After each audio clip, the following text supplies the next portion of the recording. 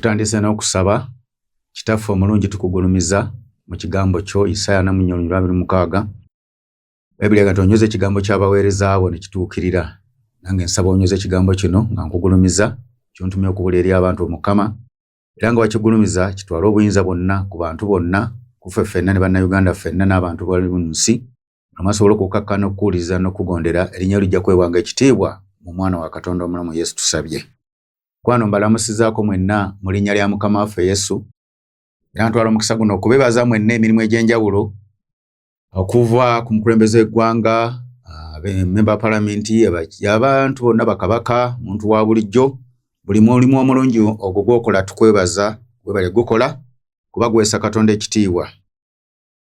Ntandise leero okunnyonnyola ku nsonga ez'enjawulo twabasomesako ku bintu ebimu tubagamba nti Katonda enkola ye ebaamu okuyigiriza abantu okutegeera ne mubaamu abantu abawulira balaga mugende mubuulire enjiri ate muyigirize abantu bonna. Kakati eyo enkola oba ennono eyo oba empagi eyo abantu bayiga ne bafuna okukkakana mubaamu bagenda okugjayo nga bo bawulidde buwulizi ne bayiga ne bakola omulimu gwe. Tuga nti ataalinamu empagi endala bayo ya muggo nga nakugjayo muggo ne mubaamu eya kkooti ne lutalo n'ebirala naye nga nakugjayo muggo abantu basobole okuwulira ng'era naffe abazadde baffe okubawulira Katonda baatuggirangayo omuggo. Olwo njagala kwogera ku muggo era ye chapter gye tuliko bessuula etandise egenda okugenda mu maaso naddala ku bannayuganda n'ensi yonna kulaba nga tuwulira Katonda.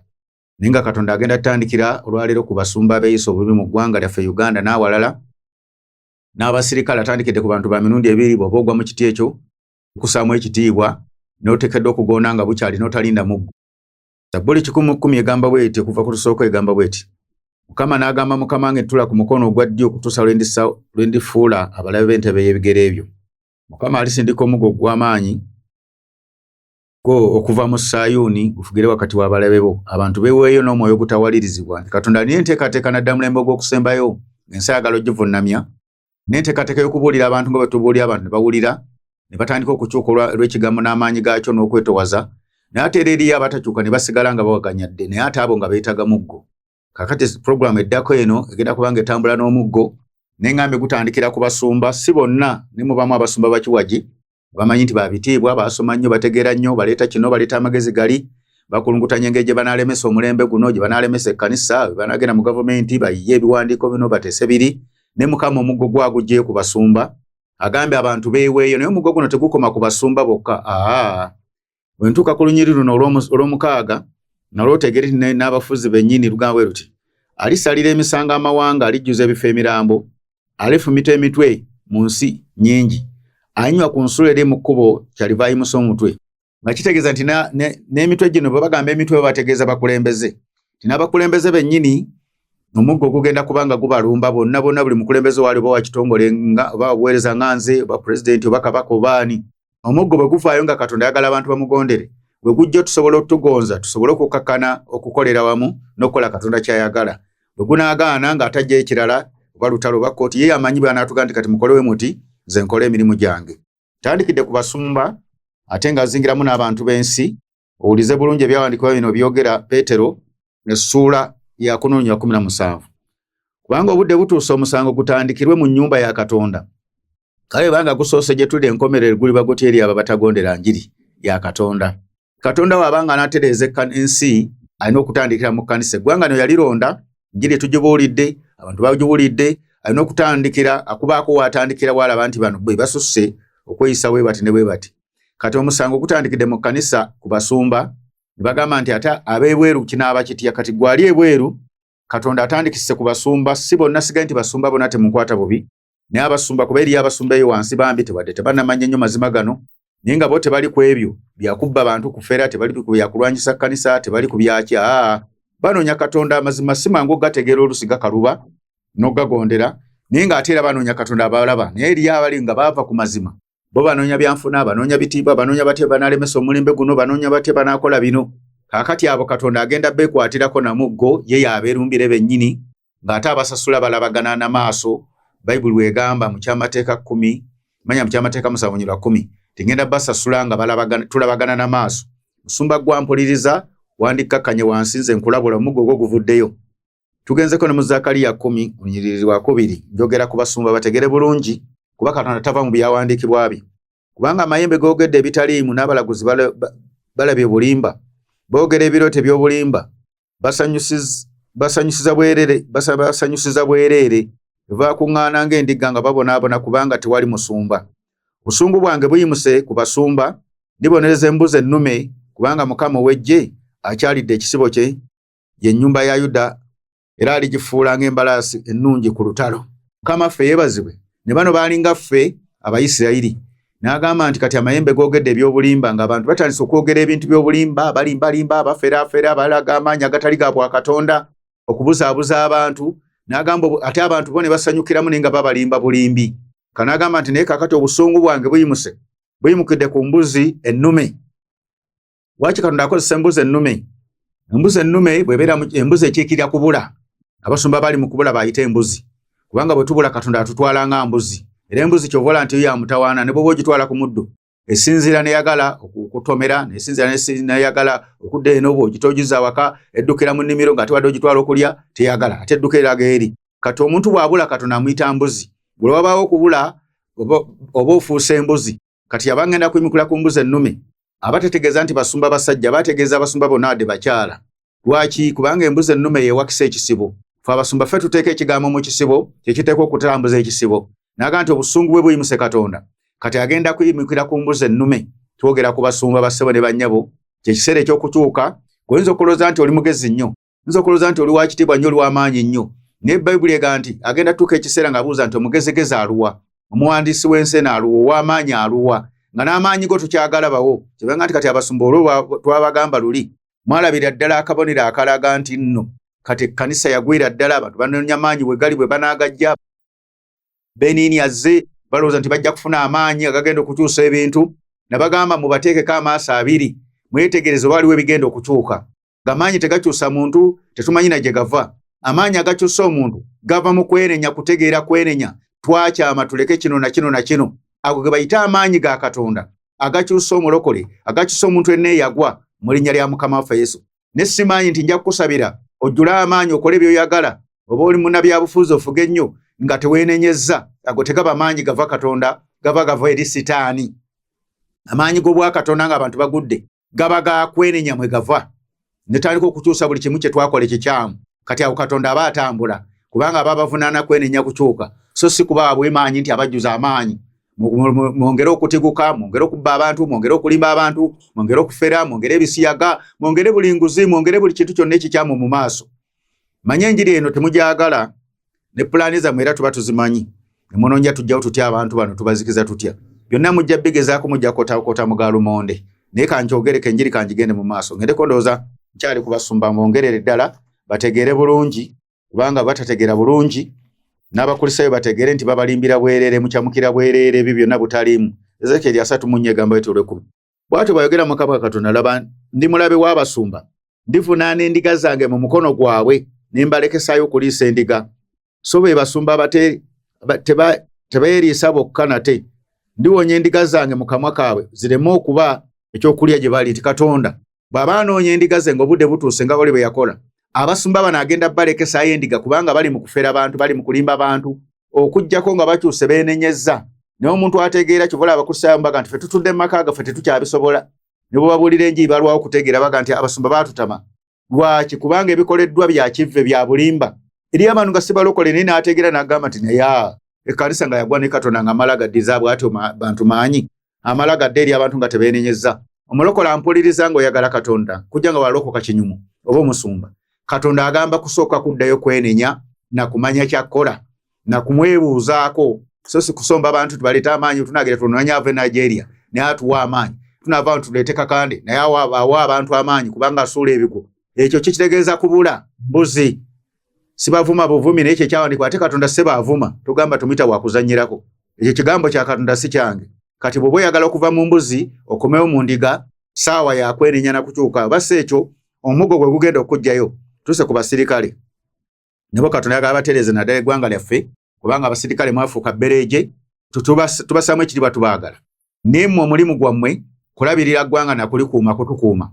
Si mmwe bakama baffe, ffe bakama bammwe. ne kati mwafuuka bakama baffe buli kimu mwagala kukikola bwe bitumimwa ebyo byonna mubikoze wadde muli sekita we muli naye Katonda ate temuyinza musinza maanyi kyabeetaaza mujja kikola oba mwagala oba temukyagala kubanga yabalonda kutukuuma kutulabirira kulaba kutereeza watyamye buli mwaka akwata obuvunaanyizibwa bwe emisala gyammwe gibamale si kubba bantu si kunyiza bantu si kucunya abantu kuba kuba migga watasaana kukuba tiyagasi kuba masasa watasaana mweddeko nammwe mukakane wansi embookeze abasirikale bendiko Luka 3:14 abasirikale kale ne bamubuuza babuuza Yokaana nti kale tukole tutya n'abaga temujoganga muntu temukanga muntu empeera yammwe ebamale namwe abasirikale Katonda abaddamu abagamba empeera yammwe ebamale temukanga bantu mukuuma abantu bulungi yeeyisiza obubimusobola mukwasa amaanyi ekyo kituufu naye ekigambo ky'okukanga abantu mukyerekera awo muloke mugambe twalwana gwe teguva ku mumwa twalwana mwalwana biki bantu bonna baalwana be bawaayo emmere yaabwe buli omu yakola omulimu gwe kati mudde ku mirimu gyammwe tubassaamu ekitiibwa mukuuma abantu bulungi emirimu gyammwe ng'egiteeka okukola mukuuma eggwanga kubanga egyo mirimu gyammwe naye okukuba abantu n'okubakanga mu kikomi olwaleero mu linnya lya Mukama waffe Yesu kubanga ekyo kye kigenda okubataasa emiggo gw'omuggo gujja kukusanga bw'oli n'oba oli mu barracks ne bw'oba oli mu buliri omuggo gwa Katonda gujja kukusanga ssebo ne bannyabo gwo teguliiko nti nkola mu State House teguliiko nti nkola wa gundi omuggo guvuddeyo Katonda yagala kutereeza eggwanga lino n'amawanga kubanga abasirikale bafuuse bakiwaji ku bantu ng'ate abantu be babawa emisaala sente ze mugabana ziva eri ffe ate ne mutunyaga ne mutukuba ne mutulinnyirira Katonda mulowooza nti eggwanga lijja kuba lya basirikale era nze sigenda fuuka musirikale naye nange ndi musirikale wa Yesu naye ŋŋambye nti omuggo guvuddeyo bassebo ne bannyabo bwe muba mufuuse abalabe b'amazima nga mugagaanye omuggo guvuddeyo eri abasumba n'abasirikale bassebo ne bannyabo ngenze mu Zakaliya mwe mbamalirize ngende ku kirala Zakaliya 12:4 egamba bweti ku lunaku lwi bw'ayogera Mukama ndisamaliza embalaasi n'oyo agyebagadde ndimulalusa ndizibula amaaso ku nnyumba yange ya Yuda ndiziba amaaso g'embalaasi y'amawanga ti Katonda yagamba agenda kulalusa buli mulembe abakuba alalusa embalaasi be balwanyi be basirikale n'agamba mbalalusa kuno yali ayogera ku Isirayiri mu budde buli ate nga n'obudde bwaffe nabo gye buli tinaffe Katonda agenda golokoka buli mbalaasi buli omusirikale be babeeranga ku mbalaasi be balwanyi nabo abaziba amaaso atandika okubalalusa nizo balalusa ne mutingana mwekka nizo balalusa ne mukolagana ebyobulabe naye tetwagala be batuukeko kuba twagala eggwanga erigenda okuweereza Katonda nga teririmu kuyiwa musaayi teririmu ntalo kyobula tuba tusabira gavumenti yaffe eggwanga lyaffe litereere ebibiina byaffe wabeewo okuteesa wabeewo okukwatiza awamu n'abantu ffenna naye nga si kuleeta ntalo n'amawaggali na kufugisa mukono gwa kyuma ogwo Katonda naye aggyeyo ogwo gw'ekyuma gujja kututereeza ffenna bwe tunaamaliriza abo ng'ate tulumba abalala Mukama nga bw'agambye nga ffe tuteekateeka ng'alumba buli sekita agenda girumba amasomero ajja galumba okutubba mwenna ajja kubalumba abe b'ettaka ajja kubalumba abafuga obuya ajja balumba ebibiina ajja balumba ffenna ajja kutulumba abakristaayo buli muntu waali Katonda agenda mulumba abatasasula misolo gya gavumenti bonna ajja kubalumba abanyigiriza emisolo egisusse mwenna Katonda agenda kubalumba namuggo gwa kyuma gwagenda okujjayo bassebo ne bannyabo kubanga agambye nti abantu bajja kwewaayo nga teri abawaliriza omuggo bwe gunaaba gukulumbye ojja kwewaayo kubanga kyawandiikibwa ye amanyi bwakuba bwanaakukuba ye amanyi kyanaakola nga yala okugonza bw'aba yagadde kukuba akugyeko baana bo bonna bafe kisoboka bw'aba yagadde basiruwale nga bonna basomye bulemiru kisoboka nakugaa nti kankukuba omuggo kujja ku mulimu ajja kukukuba bw'agamba nti ono njagala mmale mulemaza bulajja okugonda njja kukukuba amale mussaako ndwadde eno yejja omugonza ajja kukukuba yajja kujja omuggo guvuddeyo naye ng'ekigendererwa si kyakutta wabula kyakutereeza eyo nvuddeyo kati kino enjiri ya wakitiibwa ow'ekitiibwa omukulembeze w'eggwanga tukusaamu nnyo ekitiibwa era ebigambo ebimu byogera singa obissa mu nkola byali bidde birungi nnyo kuba kyakwagaza na kino kirungi okugamba omukulu Bobi Wine okuteesa kyandibadde kirungi nnyo kuba tukyagala nnyo si Bobi Wine yekka kubanga n'ebibiina ebirala ebiri ffenna kutuula wamu kulaba Bwakabaka ebibiina mugamba muti ensonga eno twagikwata tutya kuba ffenna bukulembeze buli mu ggwanga n'ekkanisa ate naddala etegeera amazima naye ensonga enkulu esingira ddala obukulu okuteesa kuno okuteesa okulungi omukulembeze w'eggwanga nze nkuwa magezi kuyita mu byawandiikibwa walibadde kusooka kuteesa na Katonda ebintu ebirala byonna bisobola okwanguwa ndi mu byawandiikibwa Isaaya 1:18 gawe mujje tuteese ffembi bw'ayogera Mukama ebibi byammwe n'ebinaaba bibi ng'olugoye olw'effulungu binaaba byeru ng'omuzira bwe binaatookalanga ebendera binaabanga n'ebyoya by'endiga bwe mutyo munagona munalyanga ebirungi ebyensi naye munajemanga munalibwanga n'ekitala kuba akamwa ka Mukama ke kakyogedde. Bayibuli eyigiriza nti Katonda abantu bonna nga basobezza nga bakyamye asooka kubayita kuteesa. Isayi bwe yakyamanga nga bagikuba bwe wawe yali okuteesa n'amanga amalala bana kinaki naye Katonda aba yaganya okusooka okuteesa naye kubanga yalongoosa ebibi teri mulala asonyiwa bibi n'aga nti ebibi yamwe binaaba bitya nja birongoosa mbijjewo kubanga eggwanga ne tukoze ebibi bingi n'omukulembeze n'ebinvunaanyizibwako n'ebyo byakoze. Ne bwe tutula ffenna ngaawo ne tugamba nti twagala okutereeza eggwanga lino ne tusooke tuwulire ekigambo kya Katonda ekigenda tutuyamba okututabaganya kiki kye tujjawo naffe ab'ebibi n'ekikyami bakabaka kiki bye tujjawo ebikyami baminisita biki bye tujjawo bamemba ba paalamenti president state house abasumba biki bye tujjawo tutereeze eggwanga lino. Okuteesa kwonna okusooka kwandibadde kusooka wa Katonda kubanga yalina ekisumuluzo ekisobola otutabaganya ekisobola otutereeza awamu. Isaaya 43:26 njijjukiza tuwoze ffembi leeta ensonga yolyoke oweebwe obutuukirivu. Isaaya 43:26 agamba nti njuze tuwoze kiki akantandike ku 25 nze mwene nzuuno 25 nze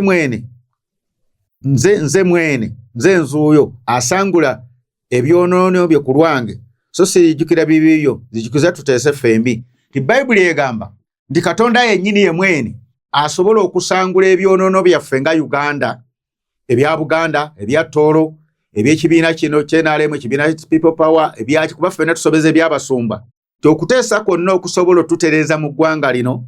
Katonda yasooka okuba musala asooka nti twagala kutabagana ne tutandika nekiki okusinzira mu kigambo kya Katonda ekisobola eggwanga lino okulaba nga litereera buli omu naggwamu ekiruyi ekibadde kiwalana munne n'avaako obusungu obwebaddeko empalana zino n'atawoolera ggwanga nga tuzzemu okuteesa nga tetukyawoolera ggwanga nti ate gundi tujja muwoolerako eggwanga. Katonda kyavaaga nti mujje tuteese ffembi nze nsangula ebyonoono. Ekibiina kya People Power tekisangula byonoono ekya movement tekisangula byonoono obwakabaka bwa Buganda tebusangula byonoono gavumenti tesobola kusangula byonoono eddiini y'Abakatoliki tesangula byonoono wadde y'Abasiraamu wadde obulokole nga tebutegedde mazima. Wabula ekisangula ebyonoono kwe kutegeera amazima nti twasobya kati twagala okutereeza eggwanga ng'obukulembeze twagala okutereeza eggwanga tudde tubeere muntu omu naye bwe tunaaba tugenda okuteesa bino byonna ebireetebwa wadde onayagala kino n'onayagala kino Katonda ekifo ekikye kiruwa kikyatugamba mu kuteesa kuno tikyabalungamye kyatulungamye kye kino ffenna ng'eggwanga tusooke tukkirize titwasobya ab'ebibiina twasobya gavumenti twasobya kubanga bava ebibiina bava mu gavumenti ziri era gye bava bonna Babesigye baani mwe bava n'enguzi baagikwata dda balina ne babba basirise nabyo n'abwebuwani w'ekibiina tetuganya kikulembera naye yonna gyava mu binyimba gyava bye yakola mu setaani bye yakola enono saddaaka eza setaani ezo zonna.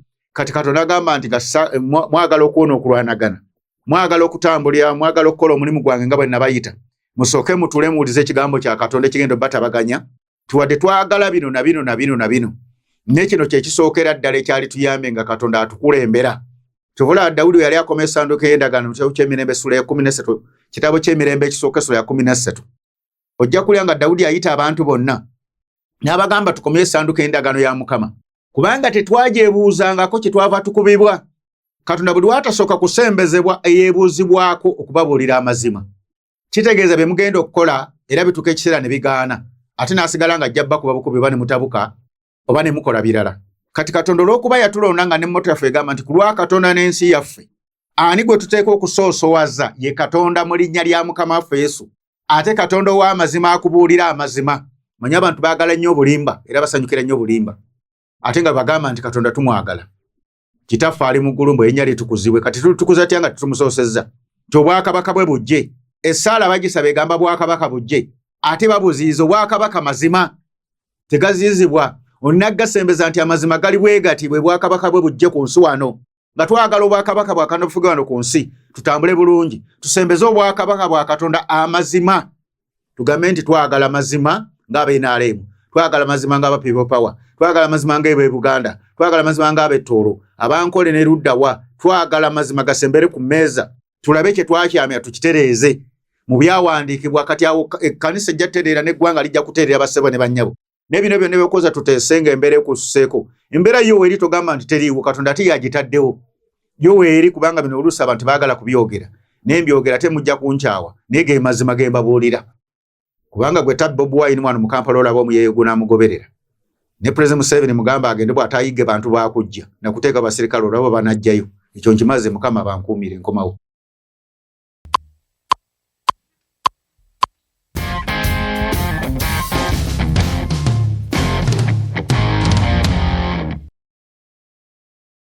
Amafe yebazibwe mikwano komyo nze nga mbabulira enjiri tundu kyaffe kyasose ngeje tuyinza okutereeza eggwanga mukulembeze waffe tumusamu pipa n'abantu abalala mwenna nga tuteesezza nga ne Katonda akulembedde ne tutereeza buli kimu ne tutambula ekyo kijja kutuyamba kubanga tusosokola bwe tutuuse tukola ebintu kifuula nnenge ate Katonda wabanga n'abakuba abaleka ne muyitizanya obujeemu Falaawo bwe yali agenda omukuba yamuleka n'ajeema nnyo naye nga yamubuuliranga n'amubuulira naye nga kyagendera mukuba tawulira ng'ayagala erinnya lye liweebwe ekitiibwa. Kakati ate bw'owulira nti abalamuzi bataddewo etteeka buli omu awasa abakazi bayagala kubanga basobola. Kakati obona bwe bujeemu bw'olaba onowasa abakazi bana manya ebintu by'ojja bigabanya mu bakazi bana ate lyajja ebba kutega obutezi ng'ayagala bintu bye ekyo kankikubuulire zimanyi mbabuulira mazima. Oli akutega omuwala nga bagenda batega naye nga baagala bintu byammwe nakaako akakodyo mukawulire. Kakati munaabaamu nga temuwulira kugondya kigambo kya Katonda mu abalamuzi mwali badde temuyingira mu ebyo. Mwalirese abantu ne bawasa bo kulwabe nga bajeemu naye abasigala mu kuwasa omu nga balina eddembe lyabwe kubanga kye kyawandiikibwa mu Bayibuli. Naye kati abalamuzi namwe mwetaddeko ekikolimo n'omusango ogenda obavunaanya wano ku nsi temugenda kulemerawo ne mugenda kubanga muwoze ekyo kye mwawandiika ne pulezidenti bw'akissaako omukono naye bakimuvunaane mu ggulu. Ekirungi pulezidenti yasoma ku Bayibuli naye mu ggulu bakimuvunaane nti guwassaako omukono abantu bawasenga bye baagala naye ng'ate kyandikibwa obimanyi kubanga yasooka kubeera mugundi. Yasooka n'asoma Bayibuli yabeerako omulokole bwa Church of Uganda naye Bayibuli yagisomanga. Kati ngenze ku nkola ejjo tulongoosa kubanga nti mujje tuteese ebyo byammwe ne babimifu bitya nja kubirongoosa. Ennono zino zenze tuyigiriza twayogera ku nnono esooka ey'ekitone ey'okutabagana n'ekitone n'ey'endagaano. Kati tuleese ku nnono ey'okwebaza ejjawo etya bino nga tusa ne Katonda ejjawo etya ebibi byaffe n'eddagala ndireetera ddala nga nkubuulidde ekyo n'enkuba n'ekyokukola awali obubi. Ekitabo ky'Abaleevi essula y'omusanvu lunyirwa 10 lugamba lino ly'etteeka lya ssaddaaka ey'ebiwaayo eby'emirembe omuntu gy'anangayo eri Mukama oba anaagiwangayo okwebaza kale anongayo ssaddaaka y'okwebaza n'emigaati egitazimbulukuse byo ne wembireka. Mu Isirayiri nga bamanyi ssaddaaka ereeta emirembe baagiyitanga ya kwebaza. Okwebaza kuno tukwawulamu ebiti eby'enjawulo waliwo okw'okugulumiza n'okw'okusiima. Naye kati njigiriza ku kwebaza okuleeta emirembe gw'alina ekyakulemerako oba gwe wakola endagaano ne Sitaani ng'okooye oba bajjajja bo be baagisimba ng'okooye oba mwe mwatta abantu ne mwereetera omusaayi mu nnyumba oba eggwanga lyaffe ly'ennyo omusaayi libbe nnyo likoze enguzi kino na kino litwala kwenenya obwakabaka bonna obwasamira abantu abafudde nga bafiira mikono gyaffe n'ebirala bye tukoze ebikolobero bwe tunaabanga tunaawonya waliwo ssaddaaka ereeta emirembe n'ejjawo biri ebyo nabyo byasose okuyigirizibwa nga tutesa ne Katonda nga bannayuganda baagala okutula okuteesa tusooke kukola kiki sooke tuwe ssaddaaka ereeta emirembe tulyoke tutulemu nga bannayuganda nga tusooka kwenenya n'okusiibayo balunaku lumu nga bwe nagamba nti ab'Nineevi baasiba olunaku tuwe ne ssaddaaka bweti ne bweti Mukama atutabaganya ajja tule wakati waffe kubanga ye kabaka w'emirembe. President Museveni si ye kabaka w'emirembe. Bobi Wine si kabaka wa mirembe. Kabaka wa Buganda si kabaka wa mirembe. Nze siri kabaka wa mirembe. Wadde oba Kayanja oba Benin si kabaka wa mirembe oba Waserwadde obaani. Waliwo kabaka omu bamuyita Yesu Kristo ye kabaka w'emirembe. Bwe tumuleka ebweru emitawana gijja kweyongera bweyongezi bassebo ne bannyabo. Eyo ndikubuulidde tujja ekigambo kino twali tujja ekigambo kimu ti bano baalina etteeka lya ssaddaaka ereeta emirembe nga giyita kwebaza okw'emirembe. Bino bye baakolanga mu ndagaano enkadde okutta endiga n'embuzi ebyo si bye twetaaga kati naye nkujjiddeyo omusingi owulirize otegere bulungi. Emirembe gyonna nga tunaagifuna bassebo ne bannyabo waliwo ssaddaaka ezireeta emirembe. Ssaddaaka kitegeeza kwefiiriza okwerekereza n'okola ekintu mu bulumi naye ng'ekintu ekyo ky'okoze kye kigenda okusangulawo biri kireeta emirembe. Kyevudde mbagamba bayigiza ssaddaaka ereeta emirembe. Kaakati bwe munaawuliza obulungi ne mungoberera mujja kwebuuza tulabe ekyokukola ne bwaba President Museveni ne bwaba Bobi Wine ne bwaba kabaka ne bwabaani. Ffe tubaaniriza kuba tuli bannayittu ffenna twagala kukwatiza wamu ne bwaba musumba kuba n'abasumba emirembe gibaweddeko banoonya gye baddukira banoonya gye badda ebintu bye baakola okuyingira mu bisiyaga ebintu bye baakola okuyingira mu luminati ebintu bye baakola okuyingira mu busamize okubba abantu bibamazeeko emirembe n'amafuta tewakyali binywa amafuta n'amaanyi ne gagenda bassebo ne bannyabo bigenda bikunywako ekitiibwa kyo n'owulira nga tukyalina gy'olaga Katonda ate n'akuteerawo oluusi abalabe oba ebizibu kati saddaaka weeri ereeta emirembe ffenna ne tuddayo mu mirembe. Amos 4:5 tukakula 6 muweeyo saddaaka kwebyo ebizimbulukusa mubirangire ku lwammwe muweeyo mubiraalike kubanga bye musiima mu abaana ba Isirayiri bw'ayogera Mukama Katonda. Nange mbawadde obulongoofu bw'amannyo mu bibuga bwammwe okubula emmere emmanyumba gammwe gonna temuddanga gye ndi. Abaana ba Isirayiri baali bamanyi nti saddaaka ereeta emirembe yerongoosa amannyo bagikole ne bagikola bubi Katonda n'atagisiima n'abagamba mujja kubulwa emirembe. Naye bulongoofu bw'amannyo mbawadde nga bajjako ekikolimo kiri naye ng'ate emirembe era tajja gibawa nga kitegeeza ki? Wano kyengitegeeza lwaki agati saddaaka erongoosa amannyo bw'olootanga osenya baba bagamba kukola kwebaza kuno. Bw'olootanga olina by'osika Mukama baba bagamba olina eby'omuzizo byewalya baba tebagamba egenda kusenya. Bw'olootanga olinnya mu mpitambi Bayibuli Isaya egiyita mpitambi obubi obwo baba tebagamba abamu bamanyi koza naluse ninnya mu bubi bukubanga ngenda funa ssente. Tebategeeza funa ssente nga nti oliko obubi oliko empitambi. Ebyo n'ebigoye bikadde bikyafu by'oloota musumba gundi twamulose nga olinga musota alinga mbuzi ali bw'atyo baga nti alina eby'omuzizo bye yayingiramu bassebo ne bannyabo. Kati ebyo byonna nga tunaabiwona saddaaka enereeta emirembe gye nsomesa ey'okwebaza ffenna twetaagisanga bannayuganda tugikole lumu nga tumaze ogiyiga basomese bannayuganda tukole saddaaka emu nga tugamba nti kati twagala kuyingira mirembe kuteesa ne Katonda naffe abantu ne tusaba Mukama otuwe emirembe bwe tuteesa nga kabaka oli waali aleeta emirembe tetumulese wabbali. Ndi mu Zakariya 9:7 ndijjamu omusaayi mu kamwa ke n'emizizo wakati mu mannyo ge naye anaabanga kitundu ekisigalawo eri Katonda waffe anaabanga omukungu ku Yuda ne Erukoni n'Omuyebusi.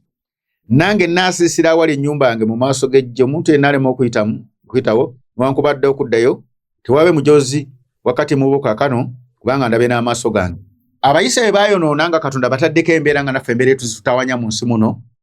Olw'okuba baali eby'emizizo baali balina okukola saddaaka enerongoosa amannyo nga bagituula saddaaka ne bayakulirako wamu gye bayita ey'okwebaza ereeta emirembe nga bwe bagikola saddaaka enerongoosa amannyo oba ejjawo emizizo mu mannyo kubanga amannyo gano gali eby'emizizo gitya.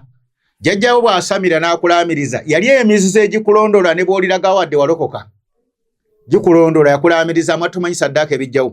Bw'oba wayiwa omusaayi taata we yayiwa omusaayi n'alya ssente z'omusaayi ogwo yali omusaayi gw'emizizo kubanga ali amaanyi ga muntu oli oba yabba ttaka lye yalikolerera. Egyo gyonna mizizo bye tulidde wano ne wali bye tusembeddeko ko sitaani abamu babirire mu bisiyaga ssente z'ebisiyaga za mizizo ziriko byazikolerwa. Ssente eziva amadiini ze baleeta bagabira amadiini Amerika eziva eyo mu basajja abo ne bazigabira amadiini n'abalokole nabo ekiwayo ekimu ne kitwalako ababaffe nabboona ageeri ezo zonna za mizizo kuba baazireeta nga baagala kukwata kkanisa babawe ssente. Ssente tusobola ozirongoosa ne Badawudi baaziwongeranga ne bazirongoosa.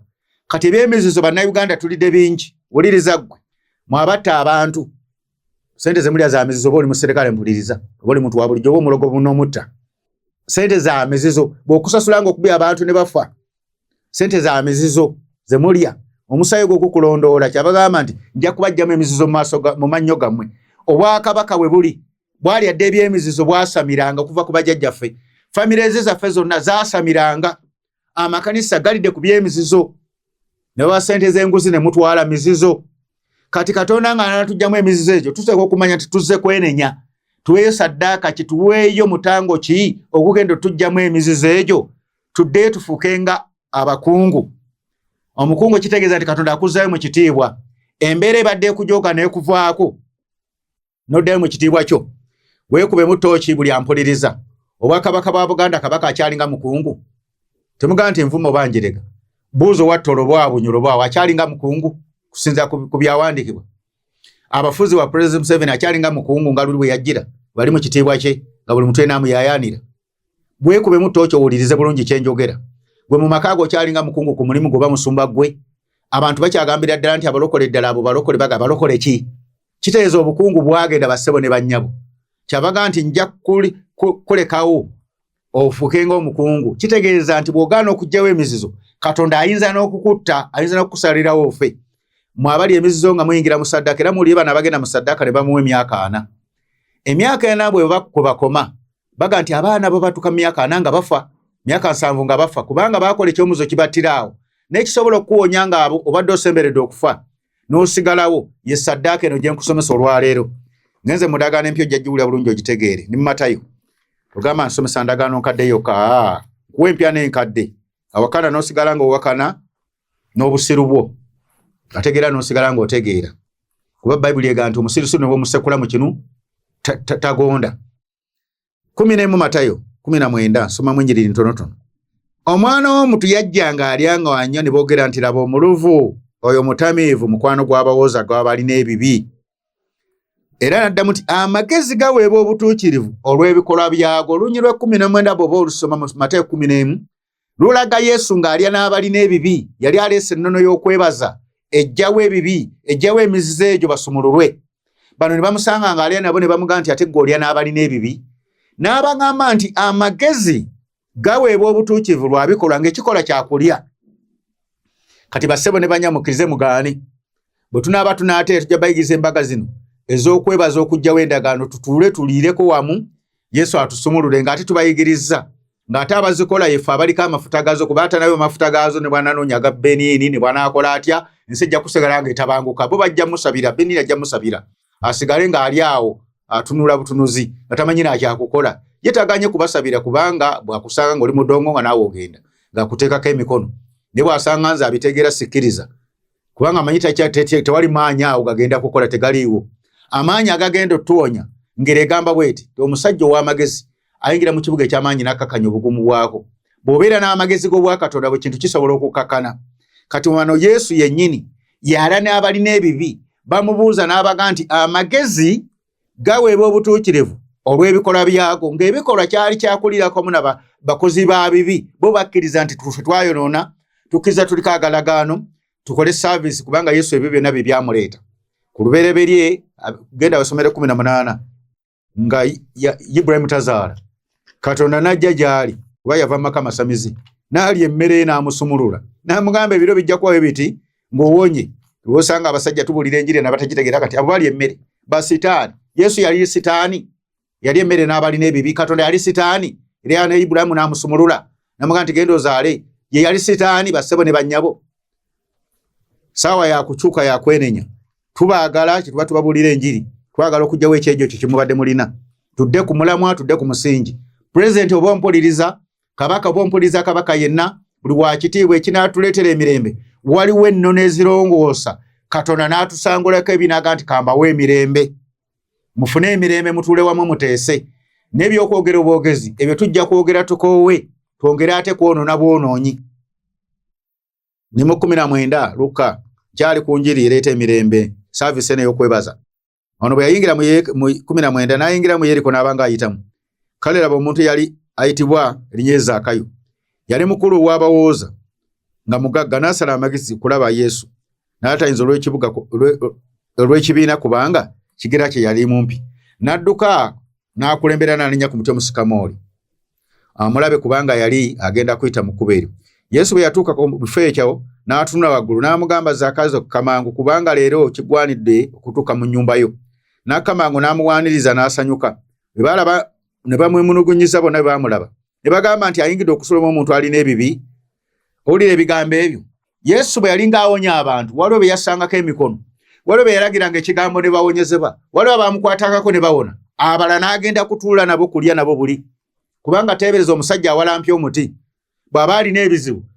Gwe alisose n'amugamba nti jangu okke wano wansi nkuseeko emikono ogende ebizibu byo biwone. Kubanga naawe osooka alina gw'olaba nga yeewaddeyo alinya omuti. Lwaki teyamussaako mukono? Lwaki teyamukwatako amaanyi ne gamuwonya? Lwaki teyamugamba nti genda owonyezebwe ng'abalala?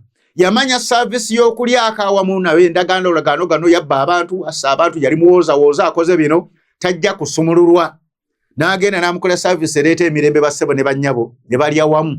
Bwe baamala okulya wamu n'agamba nti obulokozi buzze mu nnyumba yo n'ebirala bikusonyiddwa. Katonda asobola tusonyiwa ebirala byonna ne tufuna bwe tunaabitereeza naye nga tumanye enkoola bassebo ne bannyabo. Gwe yasamirako mpuliriza oyagala kubivaamu. Ne bw'oba nno walokoka ng'endagaano y'okusamira ekuliko ne bw'onoobuna ensozi n'ogenda ku Prayer Mountain n'ogenda wa Tom Mugerwa n'ogenda wa Pastor Gundi n'ojja wa Muwanguzi nga tutegere kyakukola ojja kumala byamu bulago. Oyinza ogendako wa President mwala wa President naye osobola ogendayo ogendako wa Pastor Kayanja oyinza n'okulinnya ennyonyi n'ogenda ewa Beniini oyinza ogendako ewa Kakande. Ebyo byonna tujja kumala byappa byamu bulago.